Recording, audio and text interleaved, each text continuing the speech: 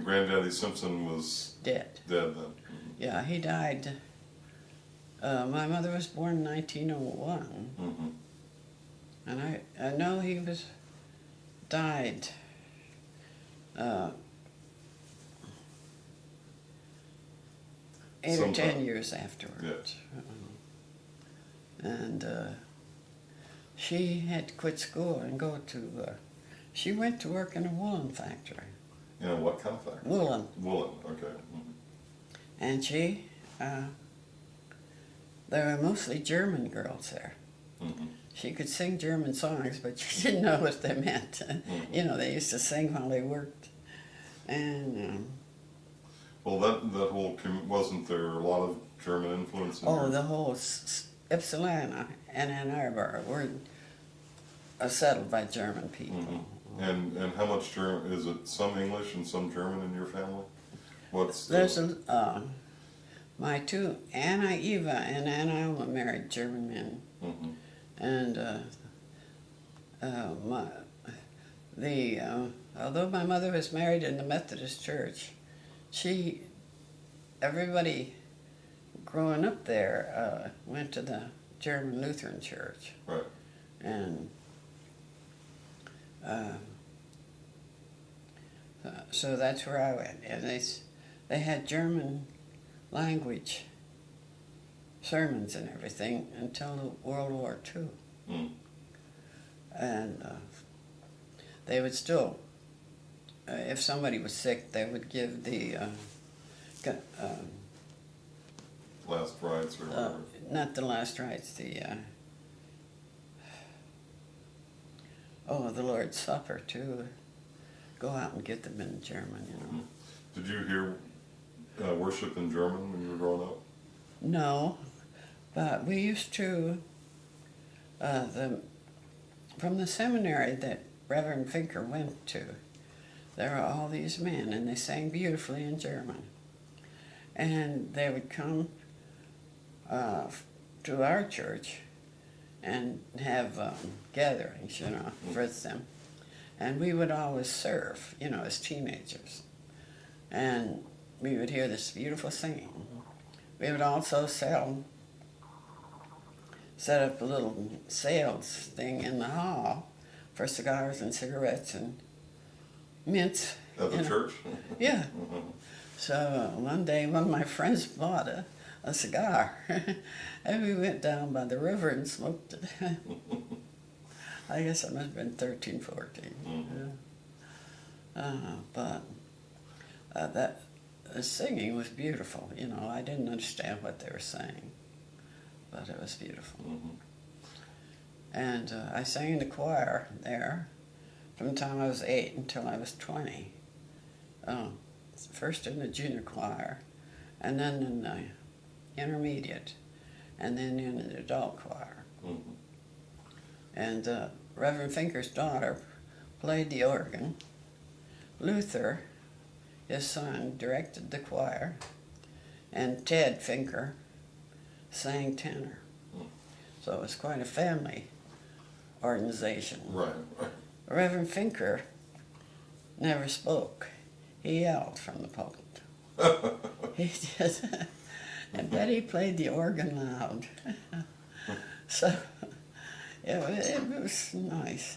And she'd always, at that time, they didn't very often have instrumentalists come to the church.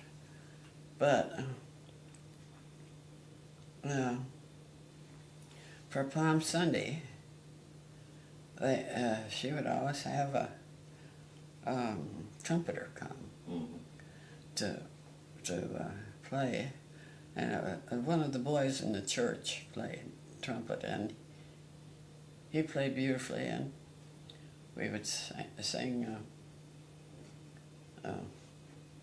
the Palm Sunday song. Right. Those the great songs of that. Yeah, all along the way, green palms and branches float.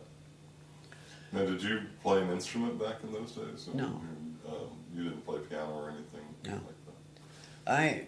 When I was 16, I went to, all my schooling was in Ypsilanti. from grade school through college. Mm. I went to public schools, and then I went to college. At that time, it was Michigan State College. Now it's called Eastern Michigan University. Now, grandparents and parents, you were talking about one of the Vealeys being a Civil War and a Oh, yes. soldier in the Civil War. Tell me about any of the ones you've heard about from the past of your ancestors that you'd like to just talk about. Well, Philip Vealey was from the Milan area. Milan, M-I-L-A-N? Mm-hmm. And he is buried in Green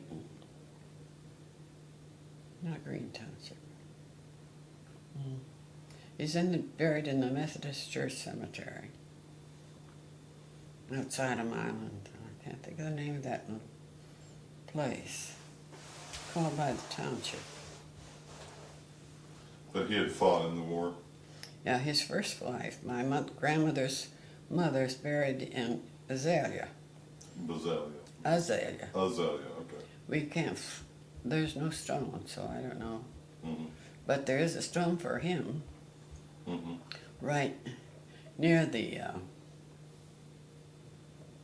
flagpole. And there's no dates of birth or death on it, just his Civil War unit. Mm. And it's right near the flagpole. Mm-hmm. There's 4 or 5 others. So he was with the Michigan Cavalry? Yeah. Or Whatever. one of those groups, yeah. So it's Yeah. Philip Vealey. Philip. Philip Vealey. Mm-hmm. What about other ancestors that are maybe that you remember on either side? I don't know. We'll talk a little bit about Granddaddy Rowe. When y'all were growing up, he was working for the Ford family? No, he worked for the Ford Company. I'm the Ford company. Yeah, he, on my birth announcement, I was listed as a mechanic. He always loved cars. Mm-hmm. And, but then he was sick. He got sick in 39 and he couldn't work. So the money that Elsie gave him for our house had to be used up, and then he had to borrow money to build the house. And my grandmother, my mother's mother, gave him the land, on the corner of her couple of acres there. So that's how that came about. Now, where did the house come from? The house came from Sears and Roebuck. You could order the things, and my mother had them raise the roof so that it was 2-story. So it was a Sears Roebuck house? Mm-hmm. And see, I never understood all that. That's 325 Prospect Street, Ypsilanti, Michigan. Right. And my grandmother's little house is 327. And the 325 one, that's what we knew as Grandma and Granddaddy's house. No, that's 214 South Grove Street. Okay, I'm confusing. Well, when I was 10, the Ford Company had some houses they wanted moved off their property. Mm-hmm. And they offered to give them to people that had worked there. Well, my father had worked there the longest. So my mother got to choose the house. And she, of course, chose the oldest one. It was over 100 years old when it was moved off the property. They dug. My mother loved the river.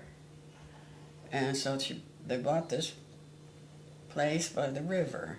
The land was owned by 2 elderly ladies. And they paid her $15 a month. Paid them $15 a month for that land. Mm.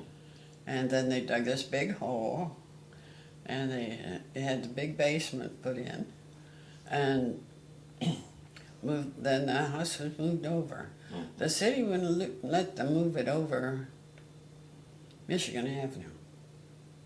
So it had to stay on that side of Ypsilanti.